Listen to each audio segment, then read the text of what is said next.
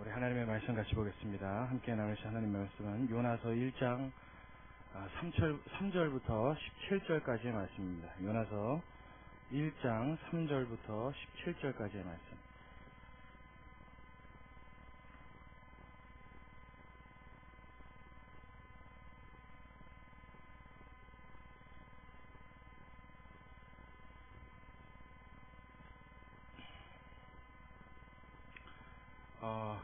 제가 지난주 주일날에 이어서 오늘도 사실 건강이 지금 썩 좋지가 않습니다. 그래서 여러분들하고 설교를 할 때 여러분들의 거리가 좀 멀면 제가 조금 힘이 들 것 같아서 여러분들한테 좀 부탁을 드리겠는데, 우리 뒤에 계신 분들 좀 이렇게 앞자리로 좀 와주시겠어요? 그래서 가능하면 이 네 번째 줄 이전으로 좀 다 오셨으면 좋겠어요. 그럼 제가 좀 설교하는데 조금 도움이 될 것 같습니다. 네 번째 줄을 말씀드리니까 딱 네 번째 줄에 와서 앉으시네요. 앞으로 바짝바짝 오세요. 예, 오십시오.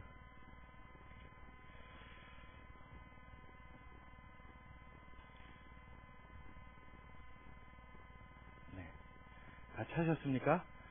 구약성경 1286면에 요나서 1장 3절부터 17절까지입니다. 좀 긴 말씀이에요. 1장 3절부터 끝절까지니까 우리 한 절씩 같이 교독합니다. 그러나 요나가 여호와의 낯을 피하려고 일어나 다시스로 도망하려 하여 욥바로 내려갔더니 마침 다시스로 가는 배를 만난지라. 여호와의 낯을 피하여 함께 다시스로 가려고 손가락을 주고 배에 올랐더라.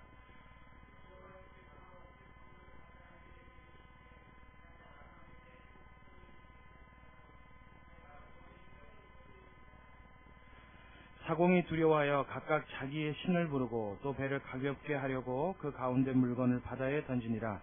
그러나 요나는 배 밑층에 내려가서 누워 깊이 잠이 든지라.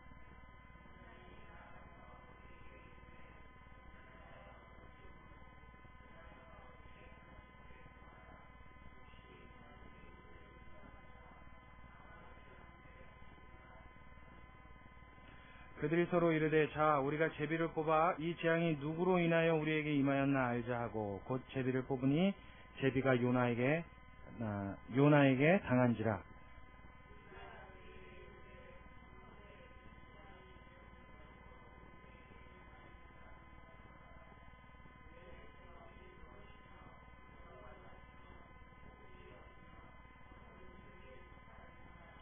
그가 대답하되, 나는 히브리 사람이요 바다와 육지를 지으신 하늘의 하나님 여호와를 경외하는 자로라 하고,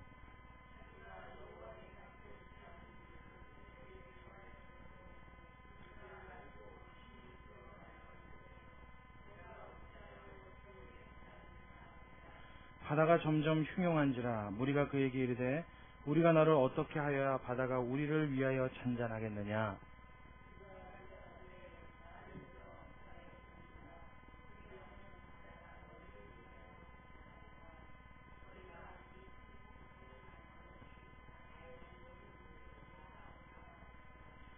그러나 그 사람들이 힘써 노를 저어 배를 육지에 돌리고자 하다가 바다가 그들을 향하여 점점 더 흉용함으로 능히 못한지라.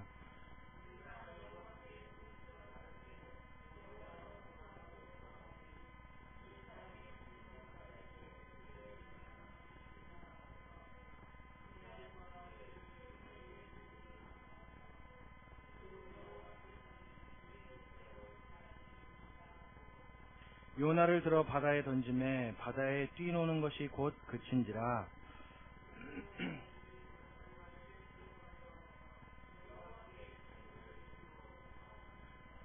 함께 있습니다. 여호와께서 이미 큰 물고기를 예비하사 요나를 삼키게 하셨으므로 요나가 3일 3야를 물고기 배에 있으니라. 아멘. 할렐루야. 이제 우리 이진 성도님 조금만 옆으로 오시고요. 우리 서금 성도님도 조금만 옆으로 오세요. 네, 다 오늘 좀 얼굴을 봐야겠어요. 네, 이제 저를 보십시오. 오늘 설교는 참 여러분 간단한 이야기고 어렵지 않습니다. 여러분들 너무나 잘 아는 이야기고 아마 한두 번은 저한테도 설교를 이미 들으셨던 본문이에요.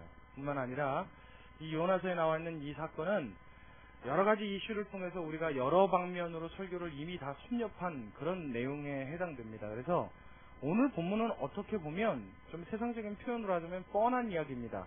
여러분들이 뻔하게 알 수 있는 이야기예요. 그런데 중요한 건 그 뻔한 이야기가 우리 귀에 뻔하게 들리고 뻔하게 마음에 와닿고 말면 우리는 하나님의 말씀대로 살아갈 수 있는 힘을 절대로 얻을 수 없습니다. 그렇죠? 뭐 성경 말씀 뻔하죠. 그래요, 안 그래요? 요즘에 성경을 쓰시는 분들은 제가 알고 있는데 그분들은 좀 생각이 틀려요. 요즘에 보니까 에스겔 들어갔어요. 그렇죠? 예레미야가 에스겔 이렇게 넘어가는데 성경이 이런 구절도 있구나 그런 생각 드시죠? 뭐 써봤어요. 읽어보신 분들은 아마 공감하실 거예요. 무슨 말인지 당시 모르겠고 뭘 어디 수렁에다 넣었다가 뭘 다시 뺐는데 뭐 어디 건졌다가 누구 앞에 가서 섰는데 여호와의 칙을 찢어서 물에 던졌는데 던지지 말랬더니 불에 던지고 말이야. 그렇죠? 그런 내용들 있죠. 읽어봤어요. 또 뭐 지푸라기를 물속에다 집어넣어라, 뭐 다시 꺼내라, 허리에 뒤어라, 뭐 뛰고 뛰어라, 뭐 예루살렘 돌아라, 빨고 벗어라, 입어라. 정말 무슨 얘기인지 모를 얘기만 온통 써있는 본문과 달리 오늘 요나서는 뻔합니다. 사실 성경 말씀이 뻔한 이야기입니다. 저는 여러분들과 하나님의 말씀을 나누면서 우리가 뻔하게 볼 수 있는 훤히 들여다볼 수 있는 이 말씀으로서의 하나님의 말씀이 아니라 오늘은 특히나 더욱더 제가 몸이 조금 상태가 안 좋으니까 이 생각이 더 드나 봐요. 하나님 제발 원하는 건 제발 소원하는 건 한 시간의 예배 시간이 교회 행사가 되지 않고 이 시간을 통해서 이 너무나 당연한 하나님의 음성이 정말로 하나님의 음성으로 우리 귓전에 들리게 하여 주옵소서. 이런 소망이 있습니다. 할렐루야. 여러분들에게 그 은혜가 임하길 주의 이름으로 축원합니다. 그러면 돼요. 근데 그게 안 되면요, 아무리 미사여구를 사용하고 성경을 아무리 멋있게 풀어서 여러분들에게 설명한다 해도 제가 웅변가가 되어서 여러분들의 심장을 울릴 수 있는 말을 한다 할지라도 그때뿐입니다. 하나님의 말씀은 살았고 운동력이 있어서 좌우의 어떤 날선 검보다도 예리해서 우리의 관절과 골수와 심장을 찔러 쪼개신다고 합니다. 우리의 영혼육을 찔러 쪼갤 수 있는 힘을 갖고 있대요. 할렐루야. 그 말씀을 목사의 입담과 말재주로 듣고 끝나면요, 그냥 재밌는 한 시간으로 끝납니다. 그것이 아니라 오늘 이 말씀이 제발 저와 여러분의 마음속에 하나님이 나를 콕 집어서 들려주시는 그분의 음성으로, 예수님의 음성은 여러분 단순해도 멋있지 않아요? 그렇죠? 성경을 조금이라도 여러분들이 읽어보셨으면 느낄 거예요. 성경 말씀을 읽다가 예수님의 말씀이 나오면, 하나님의 어떤 구절이 나오면 참 짧게 단순하게 하시는 말씀인데도 그 말씀이 참 멋있지 않습니까? 그렇죠? 그냥 우리의 심장이 찌릿해집니다. 그냥 관절까지 녹아나는 듯한 느낌을 줄 때가 한두 번이 아닙니다. 저는 사마리아 여인하고 예수님의 대화 중에 어느 부분이 제일 찌릿하냐면, 모든 대화를 다 마치고 난 이후에 선지자가 오신다는데 여자가 할 때 예수님 뭐라고요? 내가 그러라. 전 이 부분이 제일 찌릿해요. 그 순간에 그 여자는 얼마나 감전이 됐을까. 그렇죠? 하나님의 말씀 중에 이사야서 보면 이런 말씀이 있어요. 사람은 풀이요 꽃이라. 그렇죠? 풀은 마르고 꽃은 시드나 우리 하나님의 말씀은 영영이 서리라 하라. 네, 여러분 전류가 쫙 오는 것 같지 않아요? 아직 못 느껴보신 분들이 계시면 꼭 느끼게 되시길 주의 이름으로 축원합니다.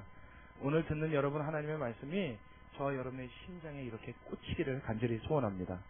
자, 이래놓고 제가 오늘 본문을 여러분들에게 설명드립니다.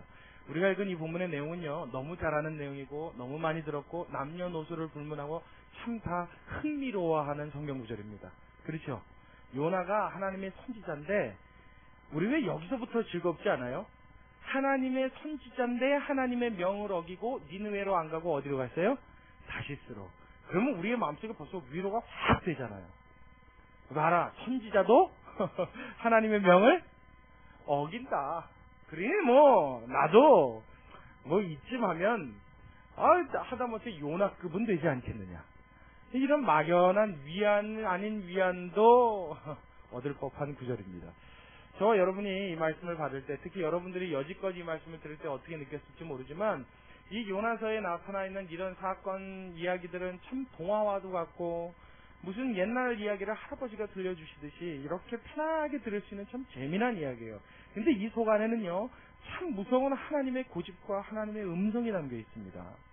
하나님이 절대 꺾지 않으시는 하나님의 이 막강하고도 무서운 하나님의 손이 보여요. 볼 수 있기를 바랍니다. 자, 오늘 이 본문에는 이 요나가 하나님의 명을 받아서 니느웨로 가서 복음을 전해야 되는데, 과거에 제가 여러분들에게 설명드린 대로 요나의 개인적인 사정, 국가 간의 어떤 이익관계, 또한 위협적인 요소들, 이 모든 것들 때문에 니느웨에 가서 복음을 전하는 게 탐탁질 않았어요. 왜냐하면 하나님이 그에게 니느웨에 가서 멸망을 외치라라고 말씀하시는 것은, 하나님이 만약에 니느웨를 멸망시킬 마음이 있으셨다면 가서 그 사실을 전하라고 했을까요? 안 했을까요? 했을까요? 안 했을까요? 자, 하나님이 로마서에 보면요, 사람을 심판하실 때 하나님의 법을 떠나서 하나님에게 심판받기로 결정된 자들에 대해서 그들의 머리 위에 화를 어떻게 해요? 하나님의 심판을 쌓아놓는도다 그러셨어요. 쌓아놓는데요. 하나님이 계속 하나님의 진노의 거리들을 그 멸망받을 자 머리 위에 계속 쌓아두시는 거예요. 그건 왜 그런다고 그랬어요? 하나님이 마지막에 그를 심판하실 때 단번에 끝내버리시려고 그런 거예요. 한 번에 보내버리려고. 그러니까 그렇게 하나님이 멸망시킬 이미 결정이 쓰셨으면 그거 가서 전하고 회개하게 하고 이런 과정이 필요해요? 안 필요해요? 안 필요하죠? 그대로 내버려 뒀다가 하나님이 정하신 때에 가서 멸망시켜버리면 끝입니다. 그러면 요나에게 니느웨에 가서 복음을 전해라 라고 말씀하셨을 때, 나의 심판을 전하라 라고 말씀하셨을 때는 하나님 마음속에 니느웨를 심판하고 싶은 마음이 있었어요? 없었어요? 없었던 거죠. 하나님이 정말 원하셨던 본심은 뭐예요? 그 니느웨가 그 멸망의 예언을 듣고 그 선포를 듣고 돌이켜서 하나님 앞에 사랑받는 하나님의 자녀로 다시 돌아오는 것을 하나님이 기뻐하신 줄로 믿으시기 바랍니다. 적어도 요나는 이걸 알았죠. 하나님이 왜 나한테 그 일을 시키는지 정도 그 이유는 알죠. 그러니까 내가 그 복음을 전했다가는 하나님이 그들의 심령에 역사하시고 그들의 마음을 움직이셔서 그들이 멸망받지 않고 건재할 것이라는 걸 알았어요. 그러니 복음 전하는 게 탐탁지 않았죠. 싫었어요. 그래서 그는 다시스로 가는 배를 찾아 항구로 내려갑니다. 내려갔더니 사실 지금 현대학자들은 다시스가 정확하게 어딘지를 모른다고 해요. 정확하게는요. 추측하기를 스페인의 어떤 항구 마을이 아닐까 하는 정도만 추측을 한답니다. 지금은 추측하는 그 지역이 굉장히 좁고 활성화되어 있지 않은 지역이래요. 근데 이 요나 시대만 해도 이 다시스라고 하는 항구는 꽤 번영하고 꽤 사람 살기에 괜찮은 지역이었던 것으로 추정이 됩니다. 자, 이런 배경을 갖고 있는 그 지역으로 가서 내가 하나님 시키는 거 했다가는 그들이 어떻게 될지 모르고 그 멸망받지 않고 살아난 게 싫으니까 자기 의미대로 다시스로 향하려고 갔더니 마침 항구에 다시스로 가는 배가 정박해 있는 거예요. 그래서 그 배를 타고 출항을 합니다. 아마 그의 마음속에 고민이 좀 있었겠죠. 그렇죠? 분명히 지금 하나님이 어디로 가라 그랬어요? 근데 그가 다시스를 결정을 하기까지 그 마음에 고민이 있었을까요? 없었을까요? 상당히 많았죠. 하나님이 가란 걸 분명히 알았는데 그걸 고의로 어기는 데에는 절대 인간이라면 마음이 편할 수가 없습니다. 그러니 깊은 고민도 있었고 번민도 있었을 거고 염려되는 것들이 있었을 거예요. 그러다가 아마 밤점을 설쳤나 봅니다. 그래서 이 요나가 배에 올라가자마자 선가를 주고 배삭스를 주고 배에 타자마자 잠자리부터 찾았어요. 잠을 못 잤으니까 피곤한 몸을 누이고자 배 밑창으로 내려가서 잠이 들었습니다. 얼마나 깊이 잠이 들었는지 나중에 그 풍랑이 일어서 배가 다 깨어지게 됐다라는 상황이 되었는데도 요나는 잠에서 깨지를 않았죠.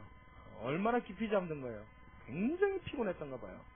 그렇게 깊이 잠을 자고 있는데 우리가 알다시피 풍랑이 일었습니다. 엄청난 풍랑이 일었어요. 뱃사람들이 웬만하면 그 풍랑에서 육지 쪽으로 배를 돌리는 일 정도는 할 수 있을 텐데 하나님이 어떻게 해요? 바다를 더욱 흉용하게 하심으로 더욱 하나님이 바다를 뒤집어 엎어 놓으시니까 이 사람들이 배를 돌리는 일조차 할 수가 없었어요. 배에 있는 물건들을 다 버려서 배를 가볍게 만들고 할 수 있는 일을 다 해봤지만 도저히 이 풍랑에서 구원받을 길이 없다라고 판단됐는데 여러분 여기까지의 역사가 누구의 역사입니까? 하나님의 역사죠. 대답 시원하게 좀 해봐요 여러분. 누구의 역사예요? 하나님. 그렇죠. 여러분 믿는 대로 대답해 보세요. 하나님의 역사예요. 그런데 하나님의 역사는 여기서 끝나질 않습니다. 그때 마침 왜 하필 그때 마침 선장의 마음속에 이상한 생각이 들었어요. 여지껏 내가 배를 타고 여지껏 물질을 하면서 이렇게 바다에서 항해를 하는 항해사로 여지껏 이렇게까지 심각한 풍랑을 내가 만나본 일이 없다. 이건 도대체 누군가가 고의로 일으키지 않는 한은 이렇게 일어날 수가 없는 풍랑. 이 느낌이 딱 오자 선장의 마음속에는 왠지 이 풍랑이 어떤 이유 때문에 일어났을 것 같다라는 감이 왔어요. 자, 이런 생각을 갖게 된 것도 누구의 역사입니까? 이것도 하나님의 역사죠. 왜 하필 그때 선생이 이 생각을 하냔 말이에요. 그럼 여러분 생각해 보세요. 만약에 배를 타고 다니는 선장이 말이에요. 맨날 항해하고 다니는 게 일인데 풍랑이 일 때마다 사람 하나씩 바다에다 던져놓는다고 그러면 그 배 탈 사람이 있겠습니까? 아마 이런 일은 전무한 일이었을 거예요. 거의 선장으로서는 평생에 한 번 겪을까 말까 한 일이에요. 그때 해필이면 마음속에 이 풍랑의 원인이 이 안에 있는 누군가로부터 시작됐을 것 같다는 이 감이요. 이것도 누가요? 하나님이 그의 마음을 조절하셨다는 거예요. 지금 보십시오. 요나서의 이야기는 동화처럼 흐르고 있지만 이 동화처럼 흐르고 있는 이 역사의 모든 배후에는 하나님의 손이 움직여지고 있음을 여러분이 꼭 들여다볼 수 있기를 바랍니다. 하나님은 한 사람 한 사람의 사건 하나하나를 지금 조율하고 계세요. 그래서 마침 선장이 배를 뒤지다 보니까 배 밑창에 누가 자고 있어요? 요나. 그래서 요나를 깨우는데 뭐라고 하냐면 자는 자요. 그럽니다. 자는 자요. 이 자는 자요란 말이 여러분 좀 재밌는 뉘앙스예요. 우리 왜 여러분 게으른 자식들한테 잠자고 있을 때 깨울 때 뭐라 그래요? 이놈아 뭐라 그래요? 잠충이 잠충아 그러든가. 그리고 뭐 이렇게 수식어가 많죠. 야 지금 몇 시인데 아직까지 자고 있어? 해가 중천에 떴는데 아직도 자고 있냐? 뭐 별 얘기들을 다 합니다. 요런 뉘앙스를 갖고 있는 말이 뭐냐면 자는 자예요. 너 참 진짜 좋다는 거예요. 너 참 편한 놈이구나 이 소리예요. 자는 자요. 그 부릅니다. 그래서 요나가 일어났어요. 부시는 떠서 일어났더니 이미 난리가 난 상황이에요. 얼마나 배가 위기에 처하고 이 위험에 노출됐는지 마지막 자고 있던 요나까지 자리에 모였더니 선장의 마음속에 제비를 뽑아야 했다는 생각이 들었어요. 이거는 구약시대부터 내려오던 하나님의 선별법입니다. 그렇죠? 아이성에서 참피를 한 이스라엘 백성이 하나님의 명을 어긴 자를 색출해낼 때도 무슨 방법을 썼어요? 그때도 제비를 뽑았어요. 근데 이 선장, 하나님이 누구신지 모르는 이 선장이 제비 뽑을 것을 제안합니다. 이거 완전히 하나님의 인도죠. 하나님이 그들의 마음과 행하는 모든 일들을 지금 주관하고 계시는 거예요. 그래서 제비를 뽑았더니 누가 걸려요? 뭐 당연하죠. 요나가 걸렸어요. 그래서 기가 막혀 하면서 선장이 하는 얘기가 이 사람아 도대체 당신 누구고 어디 사람이고 무슨 일 하는 사람이고 도대체 이 풍랑이 왜 무엇으로부터 우리에게 왔는지 빨리 이실직고 하라. 그리고 이야기를 해요. 얘기 좀 해봐라. 그래서 요나가 그제서야 자신의 모든 일들을 이실직고 합니다. 사실을 고백하는데 나는 히브리 사람이요. 이 말은 뭐요? 나는 여호와를 섬기는 자요. 하나님이 택하신 하나님의 선민이요. 그분의 백성이요. 이 뜻입니다. 나는 히브리 사람이요. 나는 하나님의 선지자로 니느웨로 가라 하시는 명령을 받았으나 그것을 어기고 다시스를 가다가 지금 시방 너희가 이와 같은 풍랑을 만난 것이다. 그러니 이 풍랑이 다 누구 때문에 왔다고요? 나 때문에 왔다. 그리고 나를 빨리 바다에 던져 넣어라. 나를 죽이지 않으면 이 노가 그치지 않을 것이다. 나를 바다에 넣어서 나를 죽이면 이 바다가 잔잔하여지리라. 그랬는데도 이 선장은 마음이 참 좋은 사람이에요. 어떻게든지 끝까지 그 풍랑 속에 그 사람 거기다 던지면 살아요 죽어요? 죽을 게 뻔하니까 그걸 살려보겠다고요. 마지막 안간힘을 다 써봅니다. 그러나 도저히 못 견디는 거예요. 방법은 결국 하나죠. 이 사람 던지는 것밖에는 더 이상은 방법이 없다라는 결론을 얻어서 결국 요나를 바다에 던집니다. 그랬더니 마침 밑에서 입 벌리고 있던 뭐가요? 그렇죠. 어디 교회 갖고 밑에서 입 벌리고 있던 뭐가요? 그럼 고래가 그래요. 근데 여기는 고래라고 안 나오죠. 큰 물고기가 그랬어요. 뭐 우리 생각에는 제일 큰 물고기가 고래니까 뭐 고래도 그렇게 큰 틀린 말은 아닙니다. 이게 덥석 물어삼켰네요. 씹지 않고 한 번에 꿀꺽 삼켜서 다행히 결단나지 않고 위까지 도달할 수 있었어요. 만약에 얘가 한 번만 씹어줬어도 어떻게 될까요? 아휴, 그거 어떻게 됐겠어요? 아니면 들어가는 길에 그놈 송곳니라도 한번 긁혀 들어갔다가는 난리가 났을 텐데 어떻게 깔끔하게 한 번에 꿀꺽 삼켜줬어요. 그래서 위까지 도달을 했습니다. 그래서 그곳에서 사흘 동안 하나님 앞에 회개하는 장면을 우리가 보게 돼요. 자, 오늘 우리가 읽은 본문의 내용 전체입니다. 그리고 결국은 사흘 만에 그 뱃속에서 토해져서 나왔더니 어디에 도착해 있었어요? 니느웨, 하나님이 가라셨던 니느웨 모래밭에 백사장에 설석하고 도착하는 장면. 그것이 우리가 오늘 읽은 본문의 내용이에요. 자, 여기까지 말씀을 놓고 이제 저와 여러분이 생각해봐야 되는 말씀의 내용이 있는데, 이렇게 동화 같은 이야기를 들으면서 이 말씀이 우리에게 주는 감동이 여러분 솔직히 한번 대답해 보십시오. 크게 있습니까? 좀 작습니까? 자, 저는 이거 읽을 때마다 감동이 크게 옵니다. 손 들어보세요. 이게 제일 빠르겠네. 저는 그냥 무덤덤하게 이렇구나 그러고 있습니다. 손 들어보세요. 아니, 둘 다 안 드는 분들은 뭐예요? 그럼 때에 따라서 어떤 때는 오고 어떤 때는 안 옵니다. 손 들어보세요. 아니, 이렇게라도 들으셔야지. 안 들으시는 분들은 뭐예요? 박 집사님, 어느 쪽이십니까? 오케이. 뭐가 뭔지 모르겠다. 손 들어보세요.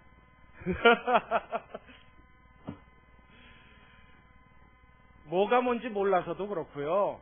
읽어도 사실은 이 이야기는 동화 같아서 그냥 옛날 얘기 듣는 것 같이 우와 하나님 때에 따라서 이런 느낌 사실 받기가 힘듭니다. 때에 따라서 내가 이 상황이 비슷한 처지에 처했을 때는 또 모르겠어요. 그러나 평상시에는 이 말씀에 그렇게 큰 감동 잘 안 옵니다.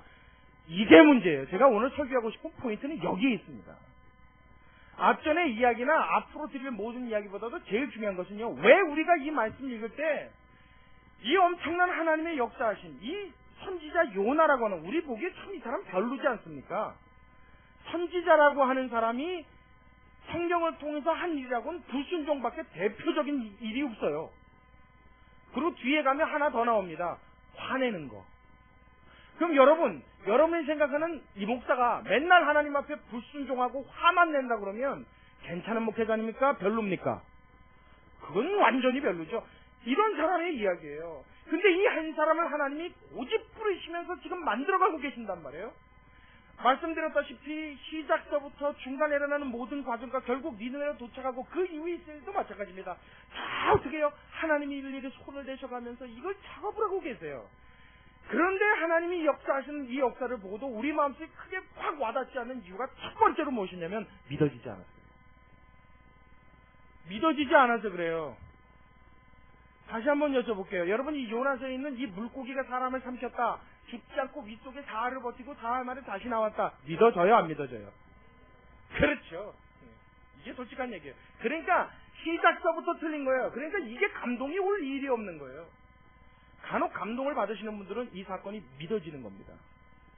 그래서 제가 여러분들에게 준비했어요. 1891년 동방의 별이라고 하는 포경선인, 동방의 별이라고 하는 이름을 가진 포경선이 바다로 고래를 잡으러 나갔다고 합니다. 1891년이요. 100년이 지난 옛날 얘기입니다. 근데 이 배가요 한참 항해를 고래를 찾아서 하다가 스펌고래라고 하는 고래를 만났대요. 저 스펌고래가 어떻게 생긴지 솔직히 저 다 모릅니다.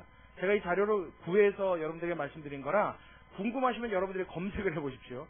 제가 알기로는 고래 중에 가장 큰 고래가 흰수염고래라고 알고 있어요. 그런데 스펌고래가 더 크대요. 근데 그게 어떤 고래인지도 잘 모르겠습니다. 스펌고래가 입을 한번 쫙 벌리면요 한 15평 방의 크기가 나온답니다. 그러니까 장정이 한 대여섯 명이 멀쩡하게 서서 그 입을 들어가도 충분한 공간이 나올 정도로 입의 크기가 크대요. 그 이놈이 한번 꿀꺽 생기면요 사람의 뱃속에 위에 들어가는데 그 위로 한 번에 쭉 들어간 것이 양분을 빨아먹기까지 위액과 소화액으로 이 안에 있는 것들을 모두 소화시키는데 살아있는 생명체를 소화시킬 수가 없답니다. 그리고 그 위 안에 있는 온도는 약 한 42도 정도. 그러니까 사람이 그 안에 들어가면 열에 팍팍 찌긴 하지만 위산에 있어서 뜨겁고 따끔거리고 안 좋긴 하지만 한 사흘 정도는 너끈히 살아서 견딜 수 있는 정도의 고래래요. 이 고래를 발견한 거예요. 동방의 별이라는 포경선이. 그래서 이 고래하고 사투를 벌이고 이걸 잡으려고요 배 두 척을 내렸답니다. 그리고 두 대가 가서 창을 든 창수들이 던져갖고 맞췄어요. 첫 번째 배에서 창을 던져서 고래를 맞췄더니 이 고래가 창 맞고 나니까 난리가 났죠. 어떻게 해서든지 도망치려고, 그리고 이 배를 다 뒤엎으려고 난리를 치는 바람에 아주 몇 시간 끝에 사투를 벌여서 간신히 이 스포고래를 잡았답니다.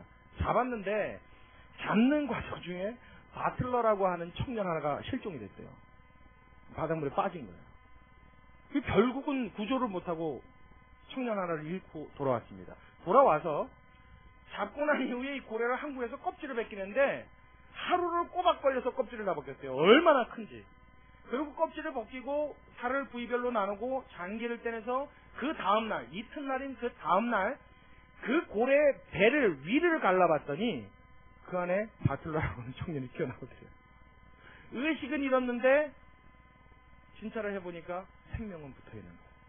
그래서 병원에 가서 응급조치를 하고 치료를 해서 일주일간 몸을 잘 요양하고 그 이후에 다시 바다로 고래를 잡으러 또 나갔답니다.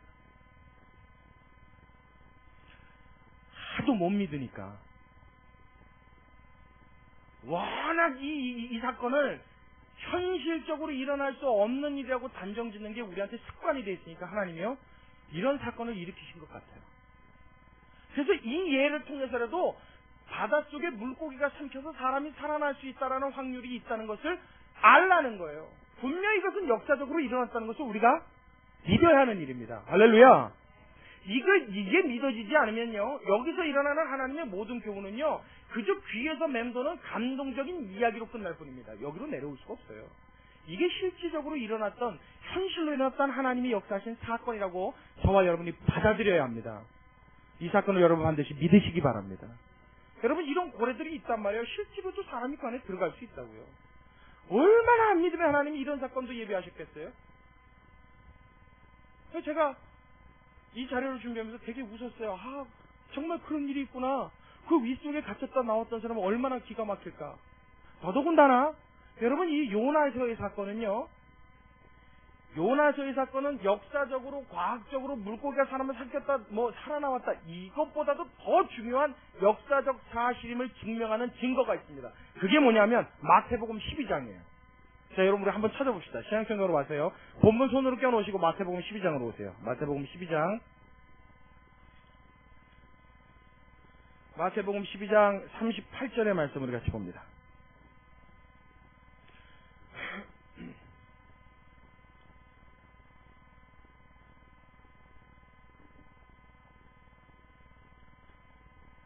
자, 마태복음 12장 38절부터 42절까지의 말씀입니다. 우리 같이 한번 볼게요. 그때 서기관과 바리새인 중 몇 사람이 말하되 선생님이여 우리에게 표적 보여주시기를 원하나이다. 예수께서 대답하여 가라사대 악하고 음란한 세대가 표적을 구하나 선지자 요나의 표적밖에는 보일 표적이 없느니라. 자 그리고 40절 같이 읽습니다. 시작. 요나가 밤낮 사흘을 큰 물고기 뱃속에 있었던 것 같이 인자도 밤낮 사흘을 땅속에 있으리라. 심판 때에 니느웨 사람들이 일어나 이 세대 사람을 정죄하리니 이는 그들이 요나의 전도를 듣고 회개하였음이니와 요나보다 더 큰 이가 여기 있으며. 자, 저를 보세요. 지금 예수님의 말씀 중에 누구를 인용하고 계세요? 요나. 근데 요나의 그 사건을 예수님이 가감없이 인용하고 계시죠?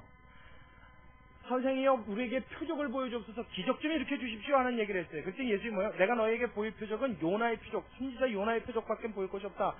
선지자 요나가 밤낮 사흘 동안 물고기 뱃속에 갇혀있다 사흘 만에 그 입에서 토하여 내온 것처럼 인자도 밤낮 사흘을 땅속에 있으리라. 그리고 나서야 사흘 만에 부활하리라. 예수님의 이 십자가의 사건을 누가 연결적으로 표현하고 계세요?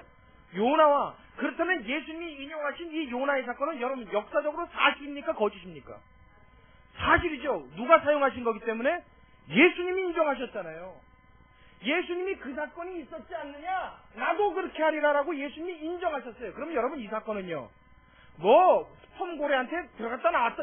이것보다도 우리 예수님이 인정하신 말씀이면 여러분 이건 차고 없고 오차 없는 역사적 사실임을 믿으시기 바랍니다. 이걸 먼저 믿어야 돼요. 이걸 믿어야 이 본문에 주시는 하나님의 이 손길에 감격과 감사를 느낄 수 있습니다. 할렐루야. 이 사실이 저와 여러분의 마음속에 믿음이 되어주시기를 주의 이름으로 축원합니다. 예수님이 당신의 사역을 요나에 비춰서 이야기했단 말이에요. 그게 거짓이면 예수님이 그걸 인용하시겠어요? 역사적으로 일어나지 않았던 사건이라면 예수님이 무슨 뜬구름 잡는 이야기 하시겠어요? 아니죠. 역사적으로 이 사건은 일어났습니다. 현실적으로 일어난 일입니다. 여러분, 오늘날도 하나님께서는 이와 같이 저와 여러분을 통하여 일하시기 위해 우리의 일거수일투족을 운전하시고 조율하시고 하나님의 뜻대로 가기 위하여 우리를 인도해내시는 하나님인 줄로 믿으시기 바랍니다. 그걸 믿을 때 우리의 가슴은 벅차오르기 시작해요. 자, 보세요. 근데 오늘 본문에는요, 요나는 이것이 역사적으로 일어난 사건이라는 걸 본인이 직접 체험한 일이니까 뭐 믿고 안 믿고의 이야기가 필요가 없죠. 요나는 이 사건에 대한 믿음을 당연히 갖고 있을 장본인입니다. 그렇죠? 그럼에도 불구하고 하나님이 명령 내리신 이 모든 일에 요나가 감사하는 마음이 있었어요? 없었어요? 없잖아요. 없으니까 어기죠. 없으니까 사흘길을 다니며 니느웨의 멸망을 외쳐라 그랬는데 하루길만 다니죠. 하나님이 3일을 다니면서 외치라 그랬어요. 근데 하루만 씩 다니고 동산에 올라가고 저놈들이 어떻게 죽나 그러고 구경하고 있었다고요. 감사하고 감격하고 하나님이 나한테 맡겨주셨다는 이 감동이 없었어요. 하나님이 나와 함께 하셔서 나를 통해 일하신다는 이 기쁨이 그의 마음속에 없었다고요. 그런데 오늘날 우리에게도 이러한 마음이 없어요. 첫 번째로는 믿음이 없어서 그렇다고 그랬어요.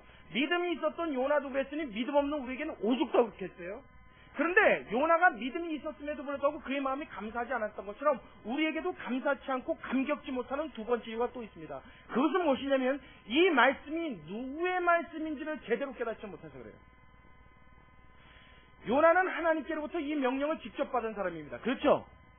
니느웨에 가서 멸망을 선포해라는 것을 하나님이 직접 들려주셨어요. 그럼에도 불구하고 그 하나님이 누구시고 어떤 분이라는 것을 이 요나는 제대로 감을 못 잡았던 것 같아요. 심지어는 나중에 하나님이 그 니느웨를 용서하시니까 하나님한테 막 대듭니다. 내가 어찌하여 성내느냐 그랬더니 뭐라 그래요? 내가 성내어 죽기까지 할지라도 합당하니이다. 와, 이거 대단한 사람 아닙니까?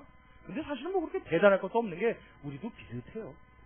우리도 화날 때 보면요, 그렇죠? 이 중에 한 성격 안 하시는 분들 아무도 안 계십니다. 그렇죠? 그럴 때 보면 하나님이고 뭐고 안중에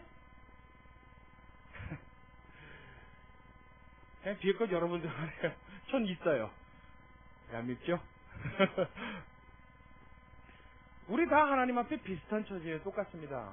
요나가 하나님을 향해서 그 하나님 앞에 직접 음성을 들었음에도 불구하고 감사하고 감격지 못했던 것은 그 하나님이 도대체 어떤 하나님인가에 대한 감이 부족했던 것 같아요. 우리도 역시 마찬가지예요. 여러분, 여러분에게 하나님은 헌신을 요구하십니다. 할렐루야. 할렐루야. 여러분에게 봉사와 희생할 것을 요구하십니다.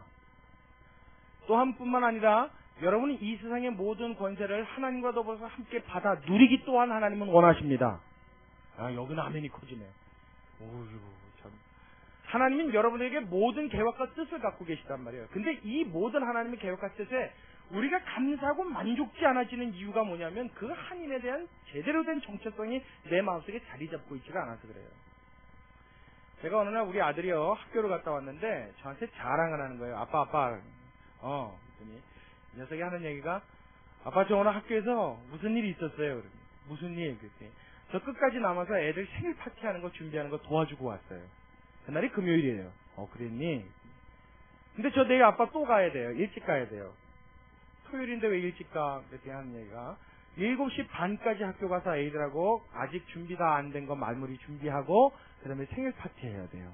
그걸 자랑하는 거예요. 그래서 다른 애들은 그랬더니 준비하는 몇 명만 빼놓고는 다 그냥 평상시처럼 늦게 와요. 그럼 너 혼자 일찍 가갖고 그 몇 명 아이들하고 그렇게 수고롭게 하는 건데 그럼 뭐 네가 그걸 왜 맡은 거야? 이유가 있는 거야? 그랬더니 사실은 자기 담당이 아니라는 거예요. 그게 자기 담당이 아니래요. 그 네 담당도 아닌 거 학교 끝나고 늦게까지 일하고 그 다음날 아침에도 그것도 토요일날 아침에 7시 반까지 학교 가려면 얼마나 일찍 일어나야 돼요? 그게 뭐 그렇게 자랑이고 기쁜 일이냐? 그게 뭐 그렇게 신나냐? 그랬더니 오히려 몇 명 안 하는 거라 더 기분 좋다는 거예요. 그래서 왜? 그랬더니 선생님이 시킨 거거든요. 무슨 말인지 알겠어요? 원래 하는 임원 아이들이 있는데 한이가 가는 길에 선생님이 눈에 띄었나 보죠. 무슨 일 때문인지 모르겠지만 한이야 너 남아서 쟤네들 좀 같이 도와줘 그랬다는 거예요. 그리고 어차피 도와준 거 내일 하는 것까지 너 끝까지 마무리해줘. 그랬더니 얘 마음속엔요, 이 일은 누가 시킨 거예요? 이야, 선생님. 애들이 도와달라는 게 아니라 누가요? 선생님이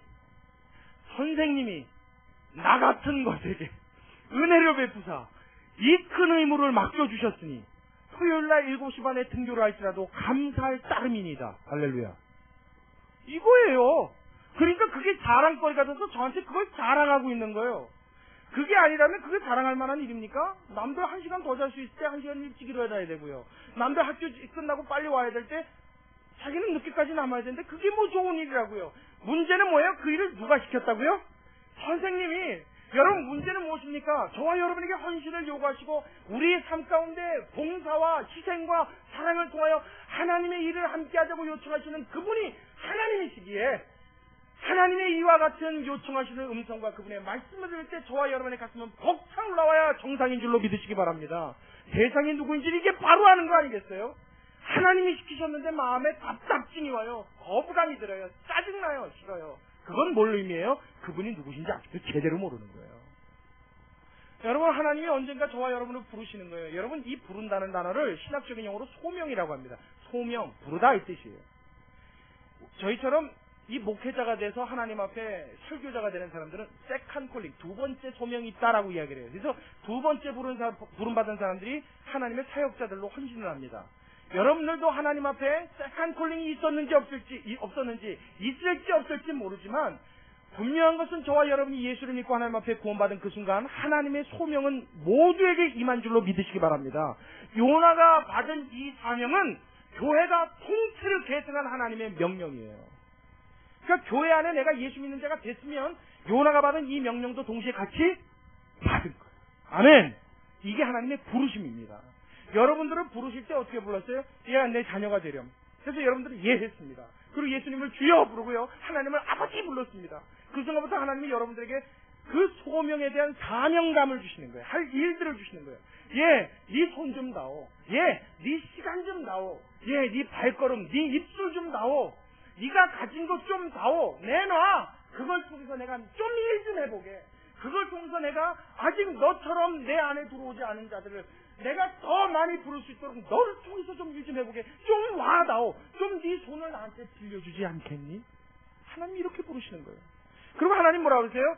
그렇다고 공짜로 하려는 거 아니야. 네가 손을 주면, 네 가진 것을 내놓으면, 네 발걸음과 네 입술과 네 시간을 나한테 주면 내가 이 땅에서 사는 동안 너와 동행하면 너의 모든 기도와 모든 하는 일을 책임져주는 나의 축복으로 너에게 갚아주련다. 할렐루야. 이것이 하나님의 부르심의 약속인 줄로 믿으시기 바랍니다. 이 약속이 있기에 부르심 그 자체는 특권이요. 부르심 그 자체는 내가 하나님 앞에 누릴 수 있는 기쁨 그 자체인 줄로 믿으시기 바랍니다. 이게 안 돼 있으면요, 이런 하나님의 말씀이 감사와 감격이 오질 않아요. 그분이 누군지도 모르고 그 하나님이 왜 나 같은 것을 불러서 이런 일을 하겠는지 도대체 이게 뭐 부담스럽기만 하고요. 하나님이 그러신다고 하는데 가만히 설교 듣다 보면은 목사님 자기가 필요하니까 저렇게 설교하는 거겠지.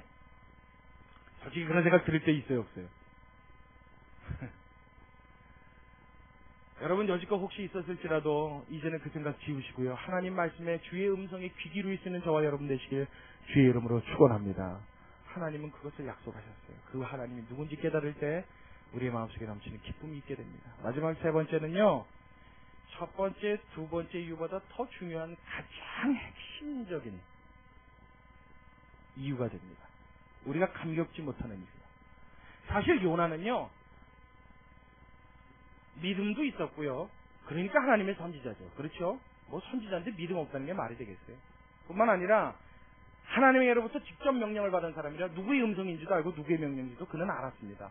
그 하나님에 대한 막 넘치는 감격과 감사가 없었을 뿐이지 우리하고는 조금 차원이 틀렸어요. 근데 이 마지막 세 번째 요인은요, 요나와 우리와 공통입니다. 무엇이냐면 설령 믿음이 있다고 해도, 설령 이 명령을 주시고 나에게 헌신을 요구하시는 분이 누구신지를 알았다 해도 우리의 마음속에 나보다 하나님을 더 사랑하지 못하면 절대 감사할 수 없는 일입니다. 이 세 번째 사실은 누구나 걸려요.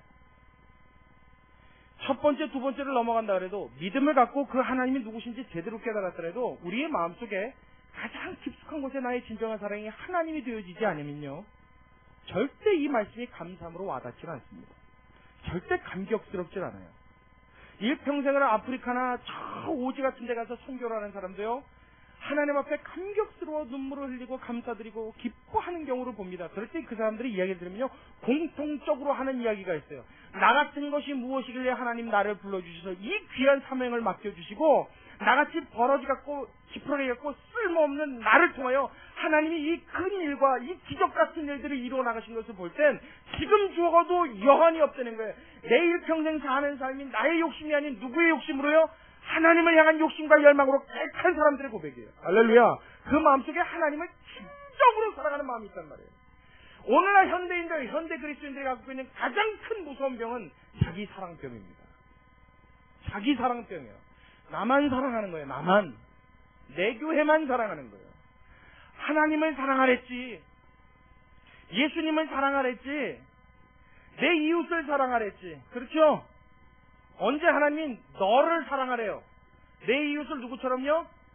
내 몸처럼 사랑하라 했을 뿐이지 언제 너만 사랑하라 하신 적 있어요? 하나님의 말씀은 항상 하나님을 사랑하고 우리 주 예수 그리스도와 성령을 통하여 하나님을 사랑하고 그 교회 몸 닦고 있는 내 이웃과 주변에 믿지 않는 자들에게까지 그 사랑을 전할 진짜로 하나님을 달라 명령하신 줄로 믿으시기 바랍니다. 근데 이놈의 교회가 말이에요, 가면 갈수록 뭘 배운 게 들렸는지, 뭐가 잘못됐는지 점점 안으로 팔이 굽는 데만 연습하기 시작해요. 물론 사람이 팔이 밖으로 굽을 수는 없습니다만은 기독교는 팔이 밖으로 굽는 종교인 줄로 믿으시기 바랍니다.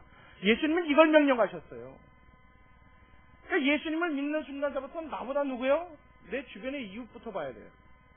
나보다 누구요? 하나님의 마음이 무엇인지를 통찰하러 가는 노력과 애씀이 있어야 돼요. 근데 이 관심 없잖아요. 여지껏 여러분 예전에 신앙생활하던 우리의 모습 한번 들여다보시라고요. 내가 신앙생활하고 난 이후에 교회 가서 하나님 앞에 기도할 때도 말씀을 읽을 때도 주님 나 어떻게 하면 하나님 기쁘시게 하는 사람이 좀 될까요? 내가 이 하는 일이 하나님을 어떻게 하면 하나님을 만족시켜야 될까요? 이 열망으로 우리가 사는 적이 있습니까? 출세하고 돈 많이 벌고 싶어도 그저 무엇 때문이었어요? 내 가족들, 내 자식들 출세 때문 아닙니까? 더 잘 먹고 더 잘 입는 문제 때문 아니었어요? 항상 내 마음속에 나 이기주의, 여기에 교회가 합세하기 시작해서 자꾸 불의를 켜는 거예요. 그래서 마치 하나님 앞에 복을 받으면 더 잘 되는 성도가 되어야 되는 것처럼, 그래서 부자가 되면 될수록 하나님이 복을 많이 줬다라는 이 잘못된 인식만 잔뜩 심어놓고 나니까 기복주의가 판을 쳐서 이 기복이 나중에 기독교가 돼버렸어요. 여러분, 예수님의 구원은요 기복이 아닌 줄로 믿으시기 바랍니다. 하나님은 복을 약속하신 하나님이에요. 그러나 기복은 복만을 생각하는 것은 여러분 이방 종교도 다 이와 같이 합니다. 차라리 그럴 바에는요 100만 원짜리 굿하시는 게 훨씬 빠릅니다. 훨씬 빨라요. 왜냐하면 100만 원 정도 줄 무당 정도 되면 꽤 실력이 있어요. 그럼 그 무당은요 꽤 센 귀신 모십니다. 여러분, 이거 제가 정확한 소스를 드리는 거예요. 또 나중에 가서 그러십시오. 왜 굿했습니까? 우리 목사님이 시켜서 했습니다. 또 그러세요. 그러면요 그 정도 센 귀신이면요 어지간한 역사 다 일으킵니다. 어지간한 문제 다 해결해 줍니다. 하나님이 출애굽시킬 때 10가지 재앙을 내리셨잖아요. 그렇죠? 애굽에 10가지 재앙을 쏟아 부으셨다고요. 그때 애굽에 있던 술사들도 하나님의 재앙을 어떻게 했어요? 거반 흉내냈어요. 거반 흉내냈다고요. 그들도 능력 꽤 있습니다. 그러니 웬만한 사업 부도 같은 거 막아주는 거 정도는요 귀신도 우습게 합니다. 그러니 그런 복을 원하고 그 복이 하나님 줄로 착각했습니다면 빨리 무당하게 가는 것이 오히려 속 편합니다. 그래서 이 땅에서라도 잘 먹고 잘 살아야 지옥 가면 좀 덜 억울할 거 아니에요. 예수 믿는다고 교회 안에 들어오면서도 내 마음속엔 뭐밖에 없어요? 나밖에 없어요. 내 중심엔 오로지 나밖에 없어요. 날 위하여 십자가에 피 흘려 죽으신 주님, 이제도 내가 지려밟고 가겠사오니 주여 끝까지 당신은 날 위하여 희생하여 주옵소서. 나는 누리겠나이다. 이게 여러분 우리 신앙 고백이 되노니까요 하나님이 나를 부르셨다 감동 없죠. 짜증나죠. 부담스럽죠. 그냥 내가 체면 차리기 위해서 어느 정도 헌금은 할 테니까 자꾸 요구하지 말라는 거예요. 자꾸 부담스럽게 하지 말라는 거예요. 뭐 그렇게 성경을 자꾸 쓰래, 뭘 자꾸 보래, 뭘 자꾸 기도를 하래, 뭘 자꾸 교회를 나오래. 이게 부담스럽고 싫은 거예요. 헌신하라고요. 어떤 때는 이제 예배 나오면요, 이제 저희 교회 이전하고 나면 성경 공부도 할 텐데 자꾸 또 나오라 할 겁니다. 평일날 뭐 몇 시부터 몇 시까지는 성경 공부, 뭐 저녁에는 뭐 직장인반 이제 만들 거예요. 그래서 여러분들 제대로 훈련시킬 겁니다. 그리고 여러분들 이제 직분 줘서요 각 구역별로 예배 드릴 수 있게끔 시스템도 만들 거예요.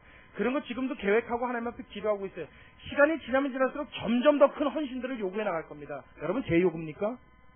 교회에 필요한 시스템입니까? 아니요. 하나님을 위하여, 하나님 나라를 위하여 필요한 우리 모두의 헌신인 줄로 믿으시기 바랍니다. 이때 저와 여러분의 마음과 가슴이 감격스러워지고 뜨거워질 수 있게 되기를 주의 이름으로 축원합니다. 어떨 때 가능하다고요?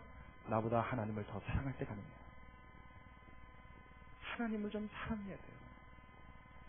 그냥 하나님을 이렇게 떠올리면요, 가슴이 뭉클해져서 웃다가 울다가 하는 경험도 여러분 좀 할 수 있기를 주의 이름으로 축원합니다. 그냥 그분이 좋은 거예요. 여러분, 도저히 그게 감이 안 오시면요, 여러분들 성격이나 개인적인 성향 때문에 그게 감이 안 오시면 저 명동거리나 강남거리를 한번 나가보십시오. 그래서 아무데나 커피숍 같은 데 한번 들어가 보세요. 그래서 연인끼리 앉은 자리 옆 테이블에 자리를 잡고 1시간만 그 연인들을 한번 관찰해 보십시오. 그들이 일어난 자리에 깨가 수북하게 쏟아져 있는 게 보일 거예요. 얼마나 눈에서 뚝뚝 떨어지나 몰라요. 연인들끼리 앉아서요, 아주 입에 들어가던 것도 빼서 넣어줄 판이에요. 얼마나 그냥 그 표정부터 말이에요. 애절하고 그 막 간절한 마음을 담아서 내가 너를 사랑하고 있다는 걸 있는 힘을 다해서 표현합니다. 그래요, 안 그래요? 그 좀 가서 배우시란 말이에요. 만약에 여러분 가족 간에도 이런 표현이 되어진다면 가정이 천국이 되지 않을 가정은 없는 줄로 믿습니다. 아이고, 다들 아멘 안 하시는군요. 아멘! 여러분, 우리가 하나님 앞에 우리의 마음을 드릴 때는요, 세상의 그 어떤 것보다도 하나님 그분이 1순위에 올라가기를 원하신 줄로 믿으시기 바랍니다. 먹다 남은 것 드리지 말고요, 쓰다 남은 것 드리지 말고요, 여러분의 마음 딴 데 다 찢어놓고 난 다음에 남은 여력으로 하나님 생각하시지 마시고요, 가장 우선 먼저 하나님을 생각하고, 가장 우선 먼저 하나님을 사랑하고, 가장 우선 먼저 하나님 앞에 마음에 들고 싶어하는 그 열망과 열심을 가질 때 하나님이 기뻐하시고 여러분의 인생 속에 말할 수 없는 큰 은혜와 축복과 사랑으로 함께 하시는 줄로 믿으시기 바랍니다. 이것을 경험할 수 있게 되길 주의 이름으로 축원합니다. 오늘 설교는 이 얘기예요.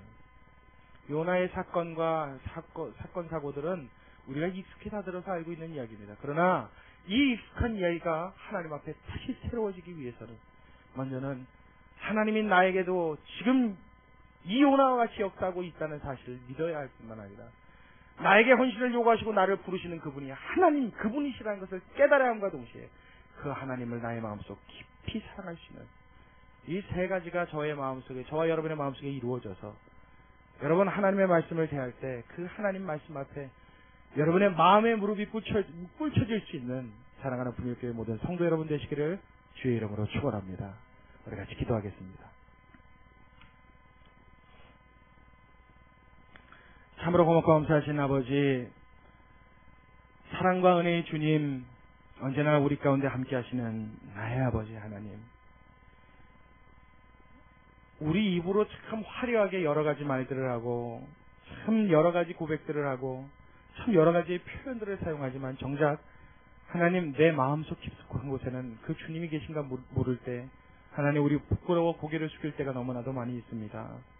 주여, 너희는 먼저 그의 나라와 의의를 힘쓰라 말씀하셨는데 내 마음속에 우선되었던 모든 것들이 사라짐과 동시에 우리 하나님, 살아계신 우리 주님이 나의 마음속에 우선이 되게 하여 주옵시고 그때 나의 삶 속에 필요한 모든 것을 채우시는 하나님의 공급도 우리 경험케 하사 내 일평생 살아가며 내가 목표하고 꿈꿔야 될 분은 우리 주님이시다 고백할 수 있는 진정한 그리스도인들 모두가 다 될 수 있도록 우리를 축복하여 주시옵소서. 하나님, 이 말씀이 우리의 가슴에 와서 치기를 원합니다. 이 말씀이 나를 흔들어 놓기를 원합니다. 부르심 받았다는 이 사실에 감격하고 감사할 수 있는 우리가 되기를 원합니다. 주여, 우리를 사용하여 주시옵소서. 주님께 영광을 돌려드리오니 주여, 우리를 붙들어 주시고 축복해 주시고 한없는 은혜와 사랑으로 우리와 동행해 주시옵기를 간절히 소원하며 살아계신 예수님의 이름으로 기도드리옵나이다. 아멘.